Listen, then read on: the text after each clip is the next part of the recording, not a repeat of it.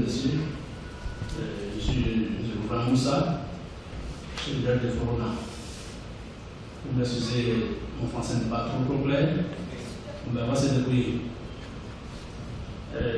Vous savez, nous remercier, je crois que, comme je l'ai dit tantôt, l'administration est une très bonne chose, mais elle est mal comprise. Parce que nous avons affaire à une population analphabète. Quand le projet est arrivé, nous avons fait quand même une vague, essayer de sensibiliser la population. Vous savez que le problème de terre dans le Bordeaux est très très sensible. Par conséquent, je crois qu'il faut aller, doucement, aller surtout à la sensibilisation.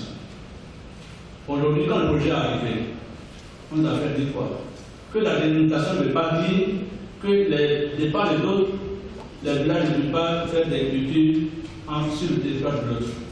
Mais jusque-là, il y a certains populations qui ne comprennent pas. Je prends le cas de Corona. Notre limite entre Massalako et Ousoula, c'est à 500 mètres de mon village. Hors de cette limite, au village voisin, c'est plus de 5 km. Mais néanmoins, mes populations vont travailler sur leur territoire.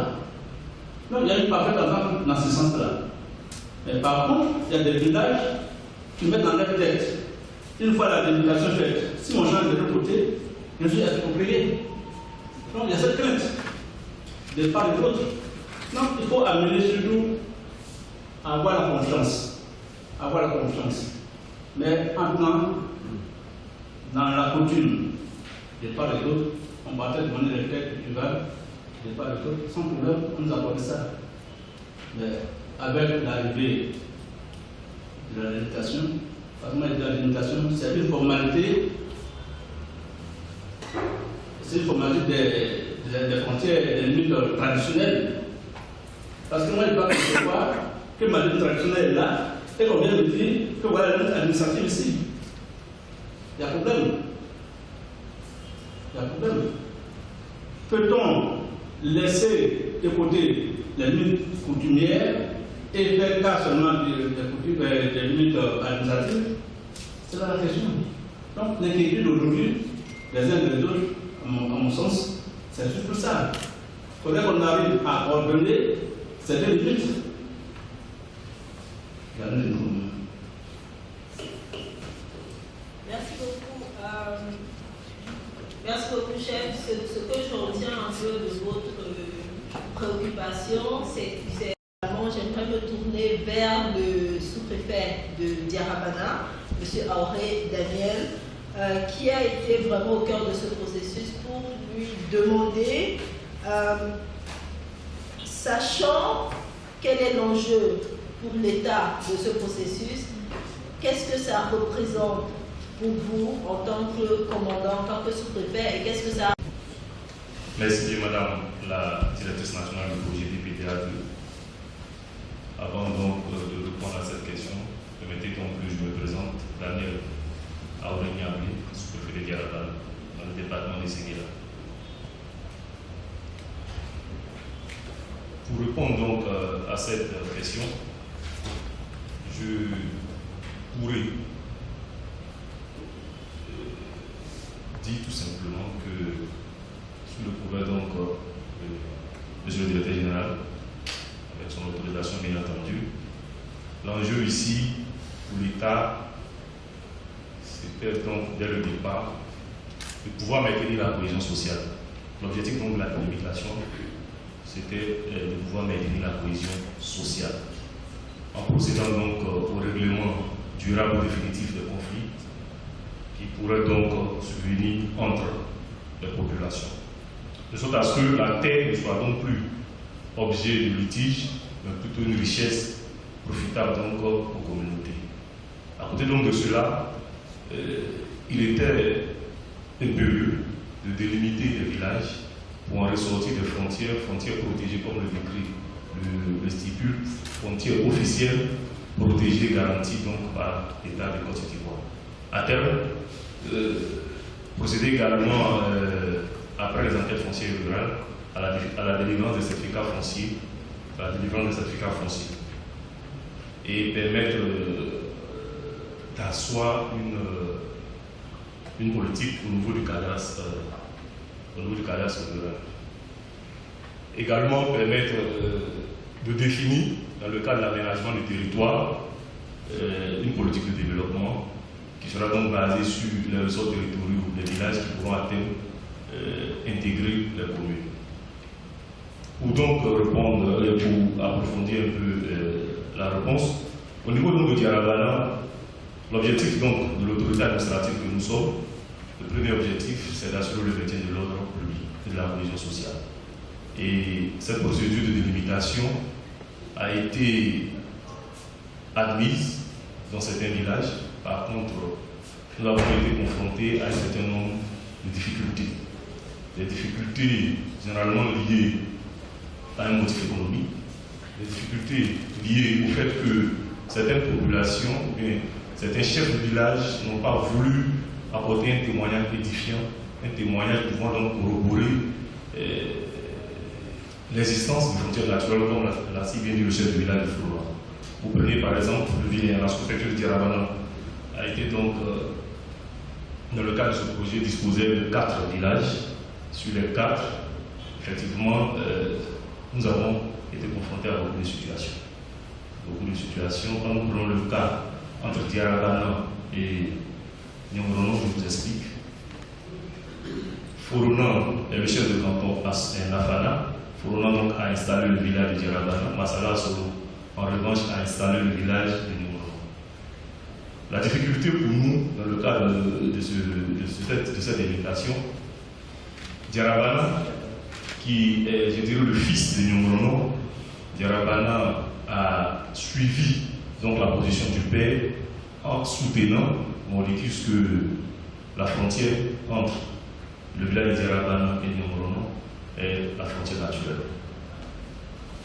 Par contre, le village de Massala Solo, installé de l'autre côté par la chefferie cantonale de Massala Solo, refuse aujourd'hui d'admettre ce principe. Face donc à cette situation, nous avons entrepris des démarches, des actions. Nous avons donc compté sur la bonne foi, je dirais in fine, des 2 chefs de canton. Mais face à la réticence de Massala Solo à nous aider à trancher définitivement ce problème, nous avons jugé bon, au regard donc de la réglementation en vigueur, de saisir M. le préfet pour que ce litige soit résolu en tenant compte des intérêts en jeu. Donc de délimiter, de procéder à une délimitation qui tiendra compte des intérêts en jeu. Pourquoi est-ce que nous le disons ici? Parce que la frontière naturelle, au-delà de cette frontière naturelle, la partie orientale, aujourd'hui avec les recherches qui ont été effectuées, prouve l'existence de puits actifs. Et la partie occidentale, qui revient donc au regard des coutumes ancestrales au village de Nyongorono, ne dispose pas de puits actifs.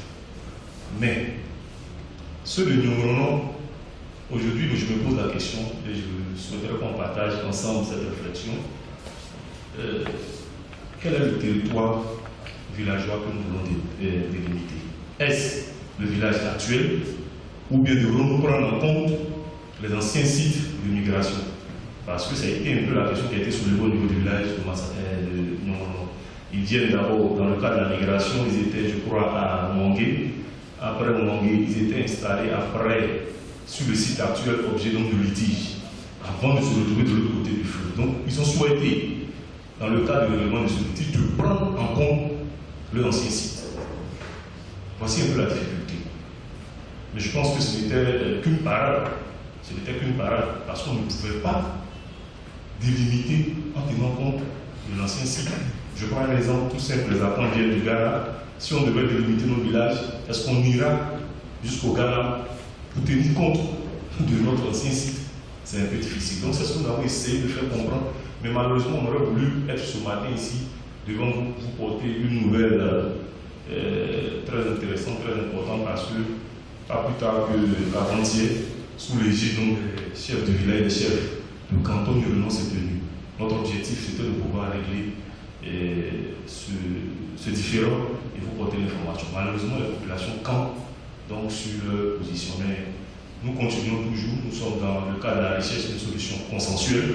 Nous ne voudrons pas imposer aux populations, quand bien même le décret le stipule clairement en cas d'opposition, dans le cadre de la validation et de l'approbation des résultats de l'enquête, le sous-préfet saisit le comité de gestion foncière rurale qui, au cours d'une séance publique, tranche le litige et la décision qui en ressort est une décision irrévocable.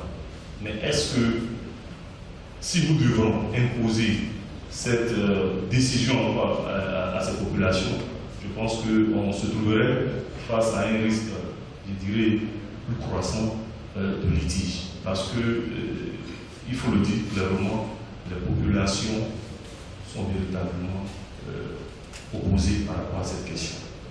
À partir du moment où certaines personnes s'octroient ou s'arrogent le droit de détruire des plans de la NACAD situés donc sur le tracé de tronçon commun, c'est totalement difficile. Donc la difficulté pour nous, véritablement, c'était l'enjeu économique avec l'existence de nouveaux buts et puis de savoir s'il y avait matière à prendre en considération l'ancien site. Et nous l'avons reconduit pour le dire tout simplement que la délimitation actuelle prend en compte le village en l'état actuel. Mais malheureusement, et je le dis, la déception vient du fait que le chef de canton de Massala Solo ne nous a pas aidés pour délimiter le village. Vous comprendrez que entre Massala Solo et Nyongonon, il y avait une limite, il y avait une délimitation. Mais je voudrais livrer un peu le secret de la délimitation. Elle s'est opérée en moins d'une trentaine de minutes. Parce que c'est Massala Solo qui a installé Nyongonon. Donc ils ont dit à Nyongonon, c'est vous qui nous avez installé, la limite que vous nous donnez, nous acceptons. Ça a été automatique. Pourquoi est-ce que ce village, à son tour, ne nous aiderait pas à régler définitivement ce problème? Sinon, je pense qu'avec tout ce que nous avons fait, nous avons la sous-préfecture, une sous-préfecture qui vit dans une quiétude totale, mais l'enjeu politique et puis bon, l'intervention de certaines personnes ont conduit à cette situation pas malheureuse, mais je voudrais rassurer les uns et les autres. Au sortir donc de cet atelier, nous allons poursuivre les démarches pour continuer pour que, même si ce n'est pas au cours de cet atelier, pour que le DPDA2 nous apporte donc la très bonne nouvelle, je peux donc vous rassurer de cet atelier. Je vous remercie. Et cette question est d'autant plus pertinente que la procédure de délimitation des territoires des villages commence par une enquête officielle. Et l'enquête officielle, si vous avez eu l'opportunité de voir les documents, porte sur l'historique de constitution des villages. Et cette historique de constitution des villages n'est absolument pas linéaire. Et on a vu qu'on remontait quelquefois jusqu'à Samori Touré. Je ne sais pas quelle époque c'était, mais la majorité d'entre nous ne peuvent pas s'y référer. J'ai une question sur les conflits, mais je pense qu'on va la poser un peu plus tard. Je voulais vraiment rebondir sur... Vous avez parlé de sous-préfecture, mais vous avez parlé de canton aussi. Donc, les cantons, ça n'a pas été défini. Quel est cet échelon? Quel est le rapport entre le canton et la sous-préfecture, le rapport entre le canton et les villages? Et puis derrière, est-ce que, évidemment, la question sous-jacente, c'est est-ce que les limites des cantons posent problème aussi? Et est-ce que les limites des sous-préfectures posent problème ou sont reconnues ou sont admises par tout?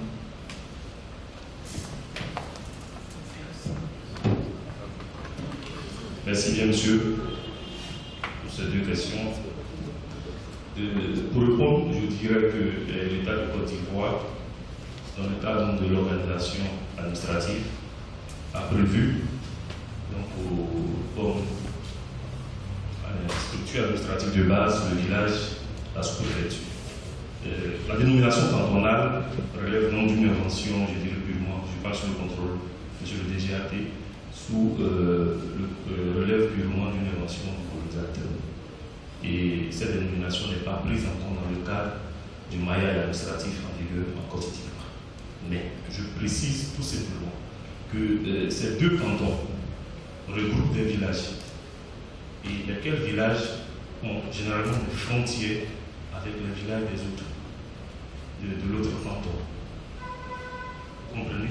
Donc on pourrait, à un moment donné, inférer qu'il y a confusion entre les limites cantonales et les limites de la chefferie, je dirais, villageoise.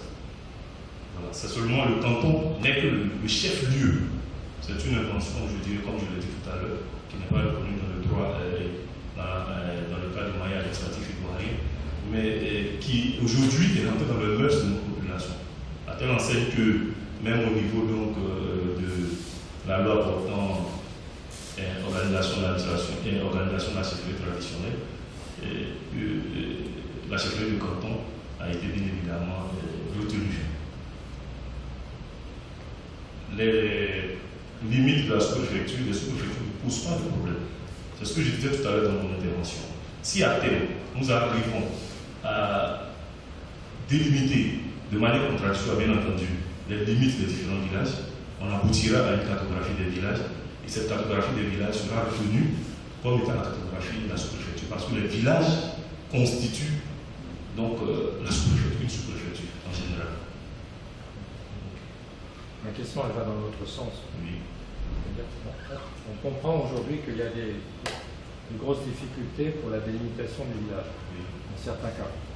Ma question, c'est est-ce que, au niveau des populations, plus qu'au niveau de l'administration, est-ce qu'on reconnaît, est-ce qu'il y a des conflits aussi pour reconnaître ou pas les limites des sous-préfectures et des cantons? C'est ça qu'il faut savoir. Et après, si on a plusieurs villages qui sont inclus dans une sous-préfecture et qu'on n'a pas de difficulté au niveau... C'est comme ça que ça se passe. Ok, si. Oui, mais c'est pour ça que je pose la question. La question, c'est de savoir s'il y a une unanimité, est-ce qu'il y a des limites administratives des sous-préfectures qui ne sont pas reconnues par les populations? Oui, bien sûr. Je pose la question. Merci.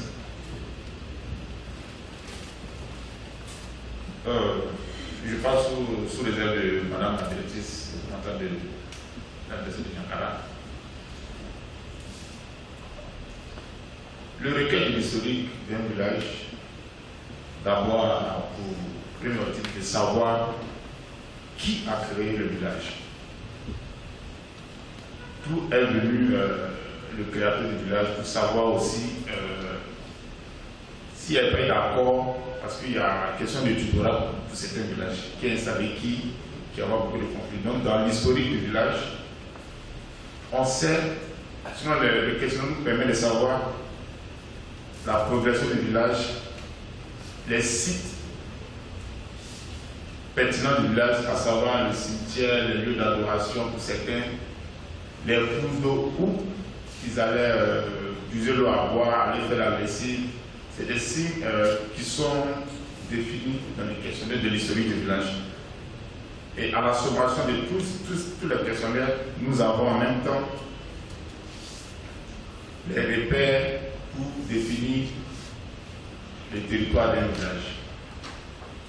Je ne sais pas si je peux encore, c'est pas plus l'expliquer.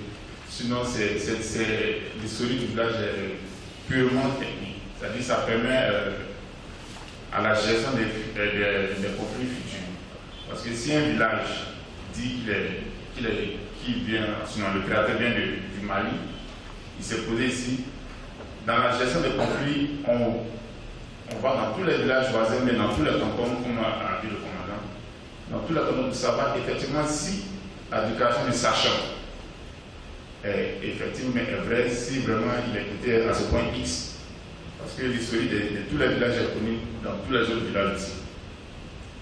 Voilà pourquoi dans la réalisation de l'historique, on invite les villages voisins à assister à la déclaration des sachants. Et ils ont la possibilité de dire si oui à une question, si la question est juste ou pas.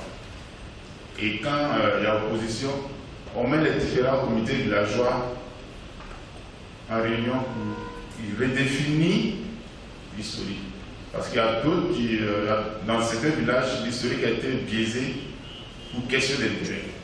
Pour question d'intérêt sur une limite, parce que tel village est installé X sur la limite, donc il faudrait forcément s'accaparer ce groupe de personnes vient pour un intérêt diamantifère aussi. Donc, les autres villages peuvent contredire les dits du sachant. Et ça limite un peu les difficultés liées à la procédure. Parce que dans l'ancienne procédure, l'équipe d'enquête le sachant était seul à faire la déclaration et pas d'opposition. Mais dans la nouvelle procédure, les villages sont invités à assister et à pouvoir intervenir pendant que le sachant fait sa déclaration. Donc, Sabine, c'est ce que je pourrais dire en grosso modo pour les questions de coopération. Merci Zakara. Je vais rebondir un tout petit peu sur un certain nombre de choses que tu as dit. Pour revenir sur une question, parce que c'est le CVGFR qui permet de constituer l'historique du village. Mais comme on a vu et comme on en a parlé, quelquefois l'historique du village change selon les intérêts économiques. Et puis on a vu dans la vidéo tout à l'heure que quelquefois les CVGFR sont constitués au début du processus, mais au fur et à mesure qu'on évolue et que les populations comprennent l'enjeu spécifique ou bien que les conflits émergent, le CVGFR ne joue plus totalement son rôle. On va chercher, on a vu des exemples où on allait chercher des sachants à des centaines et des centaines de kilomètres. Est-ce que le CVGFR, tel qu'il est prévu actuellement, est vraiment dans les meilleures capacités pour pouvoir élaborer cette historique du village et donner les informations spécifiques qui aboutiraient à la délimitation des territoires? Ok. Le CVGFR a pour rôle premier être la lanterne du village face à l'administration. D'accord. Maintenant, question délimitation des territoires. Le CVG prend toutes les dispositions, toutes les personnes utiles pour définir son territoire. Il peut arriver que les sachants soient déboutés de leur dit. Mais l'État, selon la loi, prévoit comme première antenne le comité villageois. Et nous, administration, notre interlocuteur, c'est le comité villageois. Il peut arriver que le sachant peut être à 100 km du lieu du travail. Mais nous, quand nous quittons nos bureaux, on discute d'abord avec le comité villageois. Et il y a une ouverture qui dit que peut faire part du comité villageois toute personne utile à la procédure ou bien aux enquêtes officielles dirigées en interne par le comité villageois. C'est-à-dire que ce n'est pas le comité villageois qui impose les sachants, mais qui présente le sachant à l'administration. Voilà, je ne sais pas si je peux plus. Excusez-moi, c'est une question de compréhension ou bien c'est une question de fond? Non, ce n'est pas une question de compréhension. Si c'est une question de fond, je suggère qu'on le fasse après les intervenants pour qu'on essaie de respecter. Merci, Sabine. Bonjour à toutes et à tous. Je voudrais remercier le projet qui nous associe à cette initiative. Cette question, je pense qu'en termes d'implication des communautés dans certainement la mise en œuvre de la loi ou dans la question de la limitation des territoires des villages, je pense que la première initiative d'implication des communautés, c'est d'abord, je dirais, peut-être avant même la mise en place des comités villageois de gestion foncière rurale. Vous savez que le comité villageois de gestion foncière rurale est un maillon essentiel dans la mise en œuvre de la loi. Et pour nous, avant, comme certains l'ont dit tout à l'heure, avant même que les communautés soient impliquées, il faut déjà un processus de sensibilisation et d'information sur ce que c'est qu'un comité. Le comité d'abord. Et faire en sorte que les acteurs, les communautés qui sont présentes dans ce village puissent elles-mêmes désigner les personnes qui sont capables de faire partie de ce comité d'abord. De sorte qu'on ait peut-être un comité qui est plus représentatif des entités qui peuvent notamment aller au nom des différentes communautés qui sont dans ce village. Donc je pense qu'une première étape, c'est ça. C'est d'abord de sensibiliser les communautés des gens sur ce que c'est que le comité. De sorte que ces personnes puissent être capables d'elles-mêmes de désigner leurs représentants dans le comité, qui puissent faire partie du comité. Si cela est fait, donc on aura un comité qui est mis en place par le sous-préfet qui sera l'émanation des différentes communautés qui existent dans le village. Donc ça c'est déjà une première étape. Et lorsqu'on a ce comité villageois qui existe et qui est totalement représentatif des communautés qui existent, déjà c'est déjà un élément essentiel pour la prise en compte des questions des communautés qui vivent dans ce village. Et je pense à un autre élément en ce qui concerne leur implication, c'est d'abord de les sensibiliser déjà. Si ce comité est mis en place, il faut que ce comité qui a le pouvoir aussi de sensibiliser sur les questions essentielles puisse déjà informer et sensibiliser toutes les communautés vivant dans le village, de faire en sorte que on puisse comprendre réellement la question de la soit de la délimitation ou même le processus de délimitation.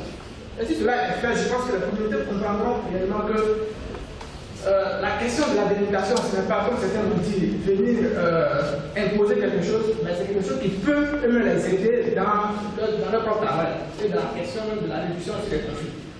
Donc, je dirais que c'est un processus qui doit commencer d'abord avant même la mise en place des comités villageois, et ensuite avec la mise en place des comités villageois, et après, certainement, avec la formation de tous les acteurs, des composants des communautés qui existent. Parce que dans un village où on a 5, 6, 7, 10 communautés qui existent, différentes communautés, il faut que ces différentes communautés puissent être déjà formées et sensibilisées. On a vu le plus souvent, c'est qu'on forme on met en place un CVGFR qui existe, et on forme le plus souvent le président et le secrétaire. Mais généralement, le président et le secrétaire, si ces personnes ne sont pas allées au contact des autres communautés pour pouvoir les sensibiliser, de faire en sorte que ceux-là puissent comprendre la loi, on se rend compte à un certain moment que la formation reste seulement au niveau du comité de la gestion foncière rurale, et cette formation n'est pas répertoriée au sein des différentes communautés. Alors qu'on sait que le comité de l'argent est composé de plusieurs entités, donc il faut faire en sorte que toutes ces entités-là puissent être sensibilisées, et les représentants de ces communautés qui sont dans ces communautés aussi puissent sensibiliser les différentes communautés et faire en sorte que ceux-là puissent bien comprendre que le processus d'élaboration, de délimitation des territoires des villages. Donc cela peut aider également à impliquer davantage les communautés dans le processus. Voilà ce que je veux dire sur cette question.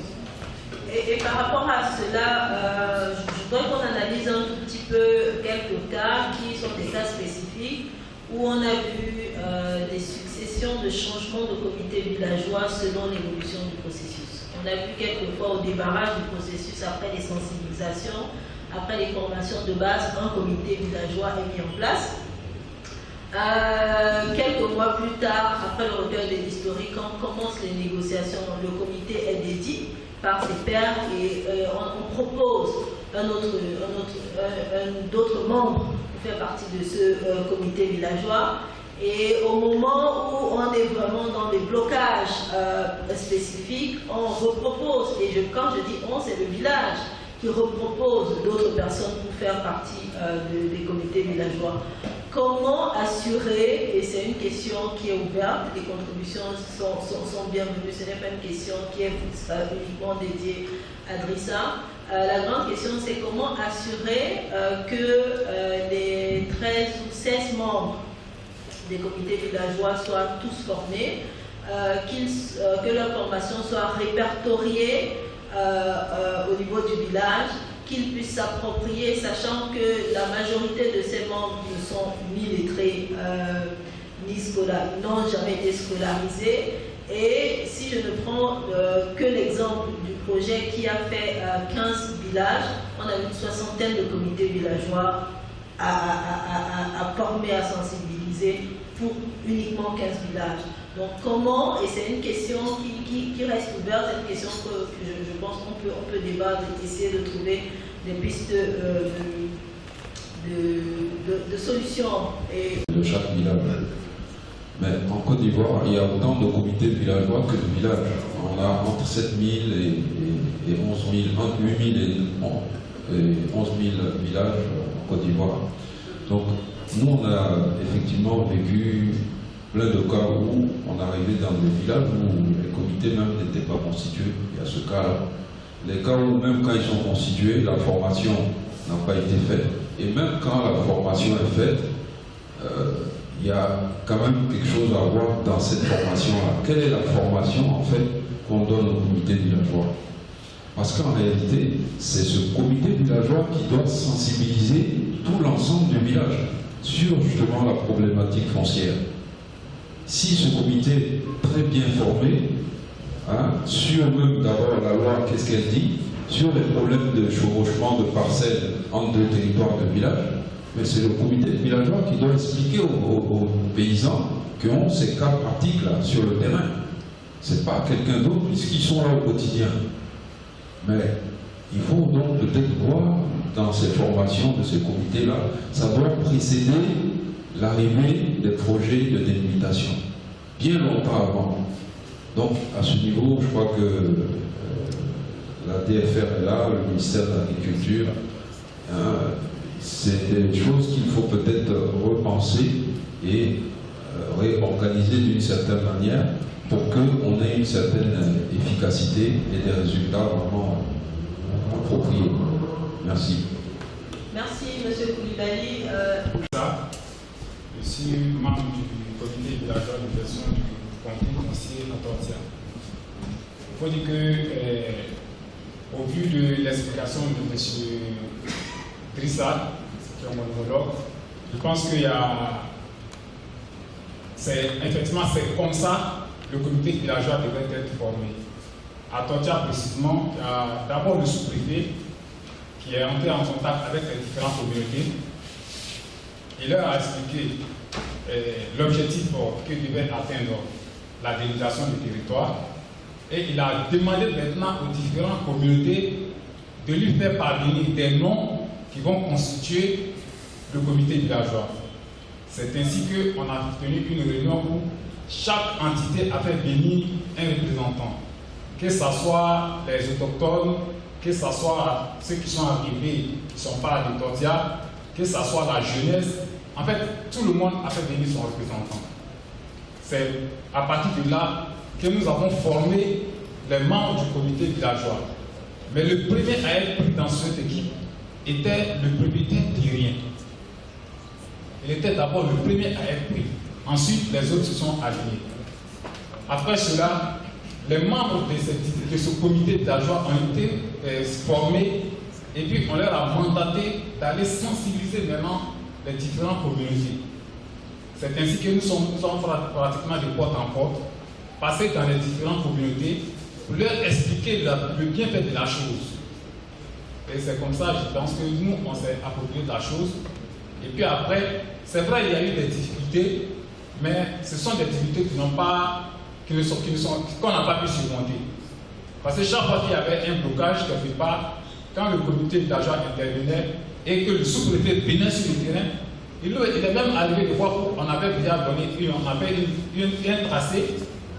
Après, tout le monde était d'accord, l'autre village s'est plaint, le sous-préfet est venu sur le terrain, ensemble on s'est assis les deux communautés villageoises plus le sous-préfet, on a trouvé un terrain d'entente et sur place on a tracé les limites sans problème. Et c'est ce témoignage que je voulais apporter pour dire que non, effectivement, si tout le monde est associé, je pense qu'on ne peut pas avoir assez de problèmes. Merci, Doris. Merci. J'ai une contribution plus d'une préoccupation. Je suis M. Soro, le directeur de l'ONG ARK Animation de Korobo. Et là, nous intervenons aussi dans le cadre de la gouvernance foncière au nord de la Côte d'Ivoire.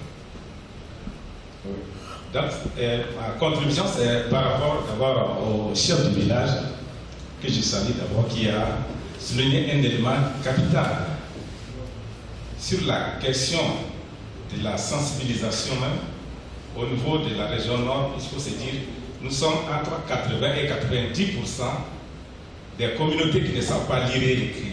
C'est d'abord la première difficulté, le premier obstacle. Alors, pour pouvoir faire une sensibilisation, la question que nous posons, Souleymane, le collaborateur a signé la question, aujourd'hui nous posons la question, combien de temps on se donne pour mener cette action de sensibilisation? Est-ce que dans une semaine, dans un mois, compte tenu de la complexité de la thématique, on peut arriver à faire une vraie sensibilisation? Donc nous avons fini par comprendre qu'il y a une confusion de temps en temps entre donner des informations et une sensibilisation. Parce que la sensibilisation, pouvoir aider les communautés à prendre conscience, à analyser une situation, voir les causes et les conséquences et les solutions adaptées qui sont proposées par les communautés elles-mêmes. Et là, nous disons, pour la mener, effectivement, cela prend beaucoup de temps. Il faut des outils adaptés. Il faut une méthode adaptée à ces communautés-là. Donc, c'est ce que je voulais surtout souligner pour dire pendant la sensibilisation.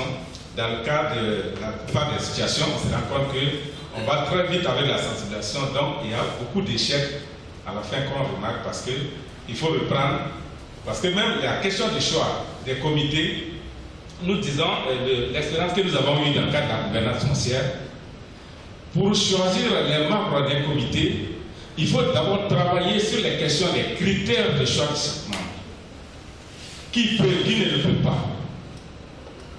Parce que notre évaluation que nous avons déjà faite nous a permis de savoir, lorsque nous demandons aux populations de choisir les membres des communautés, soit les chefs choisissent son neveu, soit ils choisissent sa nièce, parce qu'ils se disent, alors il y aura des retombées bénéfiques dans ce sens-là. Alors donc il faut pouvoir donner ce même pouvoir-là à ces familles-là. Donc c'est ça qui pose comme problème, c'est ça nous disons qui peut et qui ne peut pas. Donc c'est un peu cet élément que je voulais surtout apporter. Merci. Maintenant, la deuxième question, c'est surtout au madame qui, effectivement, la question c'était surtout la mission peut-être pour régler les questions des conflits, surtout la prévention et la gestion des conflits, mais on se rend compte que la délimitation pose plus de problèmes. Pourquoi? Parce que les communautés ne sont pas impliquées, ne se retrouvent pas, il y a un organe, un cadre potentiel de gestion traditionnelle, souvent qui n'est pas pris en compte, et qu'on impose ce que dit la loi, surtout la loi foncière, l'administration. Du coup, les communautés acceptent parce que c'est l'autorité qui a proposé, mais ils n'arrivent pas à vivre réellement ces choses-là. Donc ça pose un problème de dire quelle analyse qu'il faut faire par rapport à ça. Est-ce que nous sommes donnés le temps pour faire une évaluation par rapport à ça, pour dire les lacunes, les difficultés qui se posent et quelles propositions d'amélioration dans le processus. Et ensuite, la question des conflits. Il y a un intervenant c'est M. Soro de ARCA, qui a demandé comment on fait pour que la délimitation ne pose pas plus de conflits qu'elle en résout. Merci madame. Je vais répondre à la préoccupation relative à la cohésion sociale. Comme je le disais tantôt, c'est une des prérogatives de l'autorité administrative de maintenir la cohésion sociale dans son ressort territorial. Et à ce propos, nous avons initié des actions. Je pense même que cette action a été également, en parallèle, elle a été initiée également par le PDD en rencontrant les cadres ici à Abidjan. Mais je tiens à préciser, à l'origine, nous avons rencontré des cadres, nous avons échangé avec eux, mais ces personnes partageaient les mêmes convictions que le village. Il faut le dire clairement, on a parlé de comité de gestion foncière ouverte, qui sont donc des mandataires, mais c'est le village qui décide.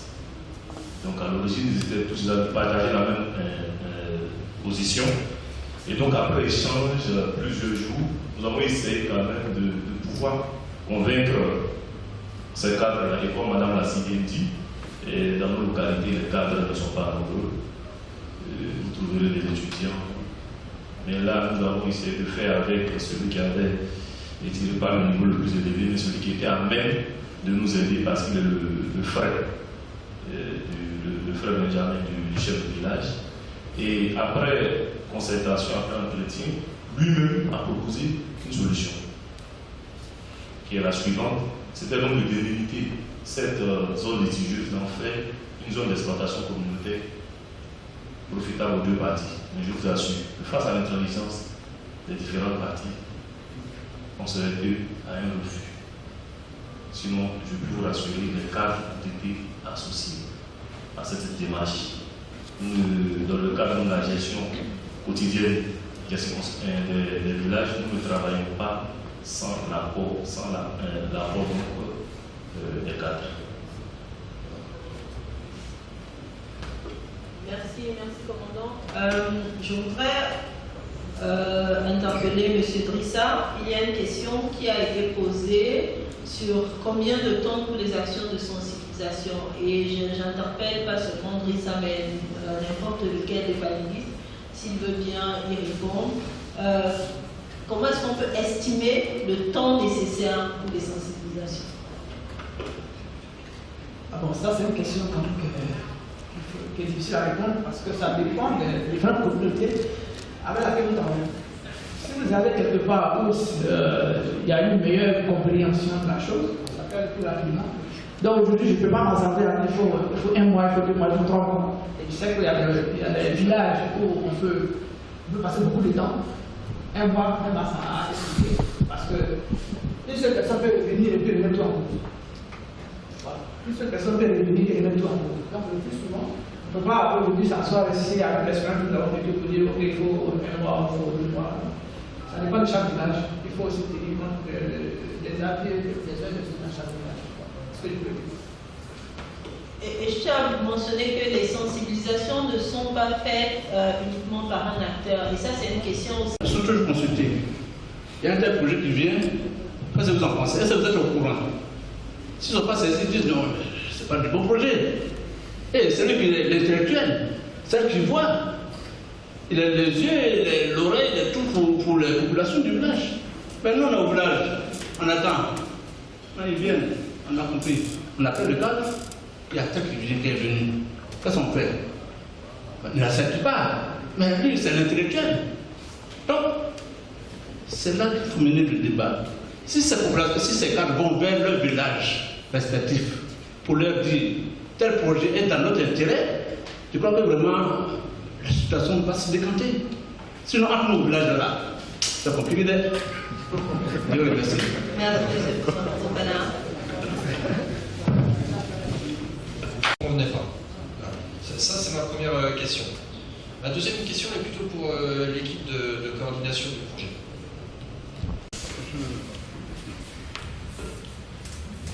Je vous remercie.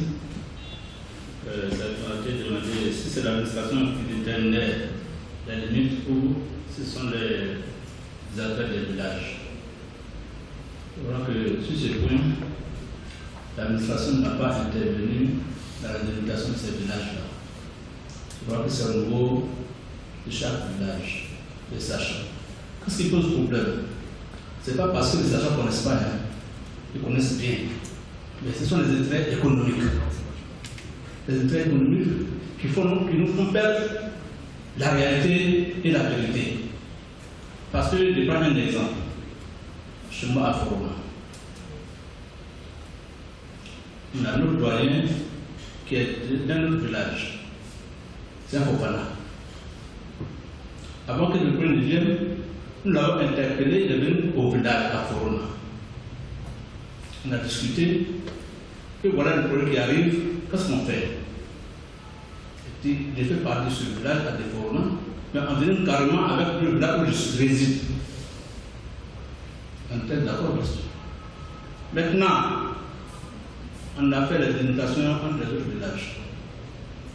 Le village où il réside, lors de la délimitation, celle qui était avec les CVGR, avec les CETIF, qui était le cratère, sur le terrain. Et celle qui disait passons là, passons là, passons là. Voilà la limite de notre village. Mais après, le gars se débute. Je ne reconnais pas ce que j'ai dit. Quand je regarde, qu'est-ce que tu fais comme ça? Il y a quelle pression, il y a quel problème? Il faut nous préciser. Parce que je ne peux pas concevoir que tu nous as donné l'assurance comptable de dignité entre les deux villages. Et ta part, c'est le village de tes ancêtres qui est Forona. Tu disais de l'autre côté. Dans tous les cas, une source de bois dans l'eau pourra jamais devenir caïman. Tu dis ça? Quel que soit les élèves qui jouent là-bas, là, sont de la sèche chez nous si c'est Forona. Mais à quoi bon? Attends, nous a dit quoi? Il dit qu'il faudrait qu'on délimite, il faudrait qu'on délimite entre lui et Forona. Il dit non. On nous a dit quoi? Que c'est entre deux villages. C'est deux villages qui délimitent et non un village et un quartier de notre village. Et non, le monsieur est resté sourd. Et on a fait plus de 10 voyages pour chercher à le convaincre. Il n'y a rien de suisse. Et quand nous voulons aller dialoguer avec le village, il s'interpose. Mais ce village-ci est de nos espoirs. Sachant pertinemment que ce monsieur n'est pas de chez vous, mais vous mettez dans son dos pour que vous puissiez avoir un territoire du village Forona. Il s'agit de quoi? C'est le sous-sol. C'est le danger. L'article dit, après la recherche, que la zone qui est en discussion présentement, qui est accordée à Forona, est plus productive que de l'autre côté. Bon, en temps, on nous a dit, la délimitation ne veut pas dire, la manière dont vous travaillez avant, vous devez stopper. On dit, ok, ça nous tient. En temps, là, dans des parcelles, pour que chacun exploite un peu. Mais ça ne veut pas pourtant dire qu'on a affecté ce territoire-là, définitivement. Mais c'est là le problème se pose. Je crois que, dans tous les cas, la délimitation là, c'est nous qui créons des problèmes. Sinon, tout le monde connaît ses limites naturelles. Mais c'est le problème économique. C'est ce qui est un problème, c'est ce qui envoie le problème. Sinon, il n'y a même pas de problème. Je sais. Mais la mauvaise foi présente, l'intérêt, chacun veut avoir sa propre part. Non, moi je passe, voilà que le gars qui prend ma part, c'est dans le reste de mes ancêtres. Je ne peux pas accepter. Non, pour dire que l'administration n'a pas défini la limite. Et encore, il y a des villages auxquels on fait des limites. Ils sont venus nous voir simplement. Chef, vraiment, on est sur votre territoire, donne-nous un peu. On avait jusqu'à là, on a dépassé Bornholm, sur 5 km, on a venu avec 1,5 km. Après, j'ai regretté un peu, il y en a pourquoi. Et ça dépend de la manière dont j'ai été abordé. Mais si tu viens avec le ça pour moi, je dis non. On doit d'abord reconnaître que ça m'appartient. Maintenant, après toute négociation est possible. Mais à partir du moment où je ne reconnais pas ça là, il y a problème d'être. Merci, chef Fofana. Monsieur le sous-préfet, on va passer à vous avec les questions qui vous étaient adressées. Merci bien. Merci, monsieur, comment s'il vous plaît? Duchochois. Duchochois. Philippe Duchochois. Monsieur Philippe, qui a une soif assez forte de la clarification de notre différentes interventions. Je voudrais tout simplement signaler que c'est une particularité qui est différente d'une région à une autre. J'entends dans le cadre des interventions des uns et des autres, ils font référence à d'autres localités. Nous sommes ici dans le cadre du Ouagadougou qui a ses particularités. Ça aurait été chez moi, on ne parlerait nullement du canton. On s'adresserait directement au chef du village. Mais ce que je vous fais comprendre, les villages, dans le cadre de l'immigration, le premier village dans le Ouagadougou, selon l'information reçue, est le village de Forona et bien d'autres villages. Donc par migration, le village de Massala se retrouve de l'autre côté du fleuve. Et par la suite, ces deux villages vont installer d'autres villages.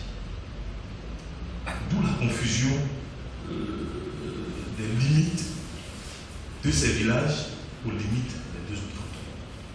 C'est un peu ça la différence. Mais au niveau de l'administration, comme je le disais tout à l'heure, c'est un arrêté, je crois, de 1930 qui institue les cantons. Bon, dans l'organisation administrative, on n'a pas tenu compte des cantons. Mais aujourd'hui, pour pouvoir régler au mieux ce problème, pour éviter des conflits post-délimitation, il est nécessaire, impératif pour nous d'associer ces cantons. C'est vrai que nous ne les connaissons pas, mais ce sont des éléments, ce sont des personnes de ressources dont les témoignages pour nous servir de preuve. Mais malheureusement, l'une de ces parties refuse de le faire. Comprenez? Nous avons, j'ai ouvert la sous-préfecture de Djerabana, je suis le premier sous-préfet, et à l'ouverture en 2012, le décret de création est en son annexe. Vous pouvez trouver le nombre de villages rattachés à la sous-préfecture de Djerabana, mais nous n'avons pas la cartographie. C'est pourquoi aujourd'hui, dans le cadre, nous saluons cette délimitation qui est un projet de salut public pour la Côte d'Ivoire, un projet pour nous à Djerabana qui permettra à terme d'obtenir une cartographie, comme je le disais, des villages et par la suite de la sous-préfecture. Pour moi, c'est une expérience personnelle parce que nombreux sont mes collègues qui ne sont jusqu'à présent, qui n'ont pas encore été confrontés à cette situation. Et donc, si nous obtenons une cartographie, nous pourrons, par exemple, dans le cadre de la sécurisation foncière, dans le cadre du village de Nyongonon, vous trouverez que le cadre dont j'ai fait mention tout à l'heure a initié et a obtenu aujourd'hui un certificat foncier collectif au nom de sa famille sur plus de 200 hectares. À côté de ce monsieur, il y a des certificats fonciers individuels, voilà, qui sont en cours. Je pense même qu'il y a déjà des enquêtes qui ont abouti à la délivrance de certificats fonciers, d'autres sont en cours. Donc nous ne pourrons pas travailler en dissociant le chef de canton au chef de village. Et comprenez aujourd'hui, je vous donne un exemple simple, le chef de canton généralement il cumule les fonctions de chef de village et de chef de canton. Pour preuve, le chef de village de Fronan, qui est avec nous ici, qui est panéliste, lui aussi, il est en même temps chef de canton Nafana et chef du village. Donc comprenez, on s'adressera bien évidemment à ces personnes de ressources en localité. Voilà, c'est ce que je voudrais donc expliquer. Peut-être que j'espère que j'ai été. C'est plus clair, ça avance. Merci. Juste pour à la fin de la session, un peu de temps pour, si vous voulez, échanger plus en profondeur avec les différents acteurs qui seront là jusqu'à la fin de la journée de demain. Donc il n'y a pas de problème sur ce point. C'est bien aussi, si je me permets, on vous donne nos coordonnées et on pourra se les échanger après. Tout à fait, tout à fait. Il faut être très bref, s'il vous plaît, parce que là, on est vraiment dit. Au niveau donc d'un intervenant associé, donc, il a demandé à savoir qu'est-ce qu'on pouvait faire en cas de blocage. Donc, nous, en tant qu'autorité administrative, la boussole pour nous, c'est le décret. Comme je l'ai dit, en cas de blocage, le sous-préfet saisit le comité de gestion foncière rurale qui se prononce. Mais est-ce que cette solution sera une solution consensuelle admise par toutes les parties? Je pense que cette solution même risquerait après de soulever d'autres inquiétudes au sein des populations. Donc nous, ce que nous préconisons, c'est le compromis entre les populations, comme le chef de Florent l'a dit, la recherche de la solution et la recherche du consensus, et aussi dans le cadre de la délimitation entre Djerabana et Bobi. À l'origine, c'était un fleuve, le fleuve Koué qui séparait, mais lors de cette procédure de délimitation, les populations ont convenu de redéfinir une limite consensuelle pour l'avenir. Au niveau de la sensibilisation, pour la constitution des CVGF, nous en tant qu'autorité administrative, nous sommes donc des commis de l'État. L'autorité que je suis, nous passons la plupart de notre temps, dans le cadre de notre mission d'encadrement, nous passons notre temps à sensibiliser les populations, quelle que soit l'heure. De jour comme de nuit, nous les sensibilisons. Dans toutes les activités que nous menons, nous cessons donc de rappeler aux populations la nécessité d'aller de l'avant dans le cadre de cette délimitation, dans leur propre intérêt. Dans leur propre intérêt, le chef de Florent l'a si bien dit, c'est un motif économique, c'est un motif extérieur qui aujourd'hui n'arrange pas, ne favorise pas l'évolution de la situation. Sinon, si les différentes parties, excusez-moi l'expression, s'ils veulent intervenir de bonne foi, je pense qu'à Djerabana, on aurait eu une procédure de délimitation très rapide, malheureusement. Donc à ce jour, nous continuons, nous essayons de le faire, nous impliquons les cadres, mais au niveau des villages, c'est un blocage. Merci. Merci beaucoup, commandant. La délimitation en tant que telle, si elle est bien comprise, je crois que c'est un axe positif. Comme je l'ai dit tantôt, c'est la compréhension que certains n'ont pas encore compris. Parce que avec la délimitation, je crois que ça nous rassure. Ça nous rassure dans la mesure où pour le moment il n'y a pas d'intérêt palpable, d'intérêt virtuel. Mais si on attend à ce que Forna découvre un gisement d'or, de diamant ou de pétrole, que c'est enseignement va le délimiter, je crois que les blocs qui vont venir dire non, ça nous appartient, ça nous appartient. Je crois que c'est le moment propice et que tous les sachants soient de bonne foi. Sinon, fondamentalement, il n'y a pas de problème. C'est parce que les intérêts économiques nous ont fait perdre la vérité. Merci. Zakara, la question sur les CVGFR. Je veux d'abord rappeler ces interventions concernant sur le diagnostic d'un comité villageois, le profil des membres du comité villageois. Pour moi, j'ai une question aussi à poser peut-être à l'intervenant. Qui doit faire le diagnostic d'abord? Parce que nous, dans nos prérogatives, dans nos activités, bon, ce n'est pas mentionné aussi. Maintenant, qui doit faire le diagnostic, le profil des membres du comité villageois? Parce que nous, on donne toute l'information aux villageois, à eux libre choix de proposer au sous-préfet les membres qui pensent être adaptés à amener en bien les activités de leur village. Donc, qui doit faire le diagnostic? Qui doit peaufiner le profil des membres du comité villageois? Et en même temps, répondre à la question de M. Duchessois, à la question du tutorat. Par moment, ça marche. On peut installer une personne qui va faire un campement et qui va devenir un village plus grand que le village initial. Et pour question d'intérêt, souvent, il n'est pas reconnu, même quelle que soit la taille de ce village. Dans la zone de Massala, à Séguéla, il y a un village qui était du côté de Béoumi, qui est venu au-delà de la rive, mais qui est considéré comme un village de la zone de Massala, qui est un nom typiquement baoui. Qui est un village. Donc c'est la liste des villages, sur la liste des villages de la zone de Massala, il y a un village typiquement de nom baoui. Et ça a été accepté, et c'est sur la liste des villages. Par moment ça marche, par moment ça marche pas. Pour exemple aussi, il y a le chef de Forna qui est là. Il y a un village dans la zone de Djala qu'on appelle Sokura, qui est installé par pratiquement tous ses voisins.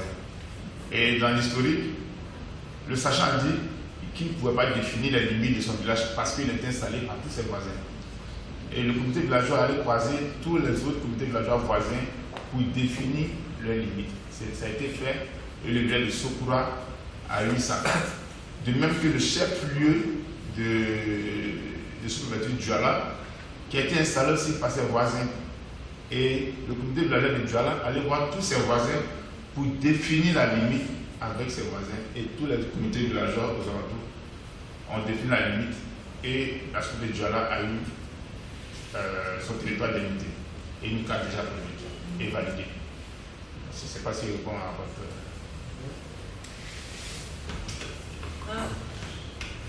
Merci encore pour toutes vos questions intéressantes de faire et de conduire ce processus de délimitation dans une zone qui n'avait pas du tout d'interaction avec le processus de délimitation. C'est les premiers villages de toute la région qui sont délimités. Les gens ne savaient pas du tout ce que c'était et la particularité aussi de ces régions, c'est que c'est des régions qui ne sont pas habituées au projet de développement. Ils sont habitués aux actions d'appui aux infrastructures, mais ils ne connaissent même pas ce qu'est une ONG internationale ou un projet international en temps normal. Donc il n'y avait pas de structure de base, comme les comités villageois, ça n'existait pas. Il n'y avait pas, les sous-préfectures ont été créées et les sous-préfets ont pris fonction pratiquement au même moment que le démarrage du projet. Donc tous les acteurs ont été des acteurs, je dirais, novices dans le processus. On les a commencés ensemble, on a expérimenté ensemble et on a appris des leçons ensemble sur cette région, et nous pensons que ces leçons peuvent être assez intéressantes parce que jusque-là, en Côte d'Ivoire, les processus de délimitation étaient bien ciblés dans certaines zones et les conflits relatifs à ces processus étaient bien connus. Quand on parle de délimitation des territoires de certification, la première référence est l'Ouest. Qu'est-ce qui se passe dans le Gorodougou ou dans le Bavi?